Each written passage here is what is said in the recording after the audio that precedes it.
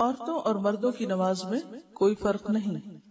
رسول اللہ صلی اللہ علیہ وسلم نے فرمایا، نماز اسی طرح پڑھو جس طرح تم مجھے نماز پڑھتے ہوئے دیکھتے ہو، یعنی ہو بہو میرے طریقے کے مطابق سب عورتیں اور سب مرد نماز پڑھیں۔ سلو جمع کا صیغہ ہے، جیسے یا ایھا الذین آمنوا ہوتا ہے جس میں سب شامل ہوتے ہیں۔ پھر اپنی طرف سے یہ حکم لگانا کہ عورتیں سینے پہ ہاتھ باندھیں، مرد زیر ناف، عورتیں سجدہ کرتے وقت زمین پر کوئی اور شکل اختیار کریں، مرد کوئی اور، یہ دین میں مداخلت ہے۔ یاد رکھیں کہ تکبیر تحریمہ سے شروع کر کے السلام علیکم ورحمۃ اللہ کہنے تک عورتوں اور مردوں کے لیے ایک ہی شکل اور ایک ہی ہیئت ہے نماز کی۔ سب کا قیام، رکوع، قومہ، سجدہ، جلسہ استراحت، قعدہ اور ہر مقام پر پڑھنے کی دعائیں یکساں ہیں۔ رسول اللہ صلی اللہ علیہ وسلم نے مرد اور عورت کی نماز کے طریقے میں کوئی فرق نہیں بتایا۔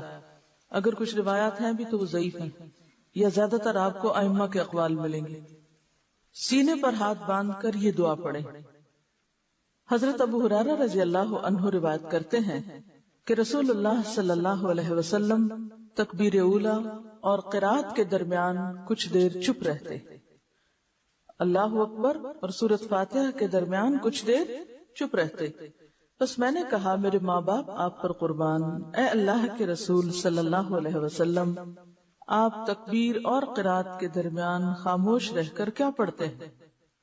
آپ نے فرمایا، میں یہ پڑھتا ہوں، اللہم باعد بینی و بین خطایایا کما بعدت بین المشرق والمغرب، اللہم نقنی من الخطایا کما ینقی الثوب الابیض من الدنس، اللہم اغسل خطایایا بالماء والثلج والبرد۔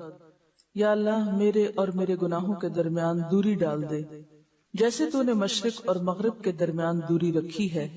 اے اللہ مجھے گناہوں سے اس طرح پاک کر جیسا کہ سفید کپڑا میل سے پاک کیا جاتا ہے۔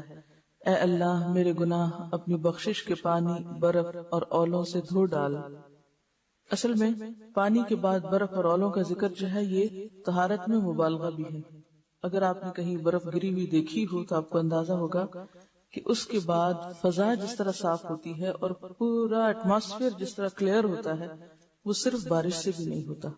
یعنی جتنی پولوشن برف باری کے بعد ختم ہوتی ہے اور جس طرح ہر طرف سفید چادر تن جاتی ہے، اور رات کے وقت بھی ایسی گلیئر اٹھتی ہے اس سفید برف سے کہ یوں لگتا ہے کہ دن چڑھا ہوا ہے یا کہیں نہ کہیں تیز چاند چمک رہا ہے۔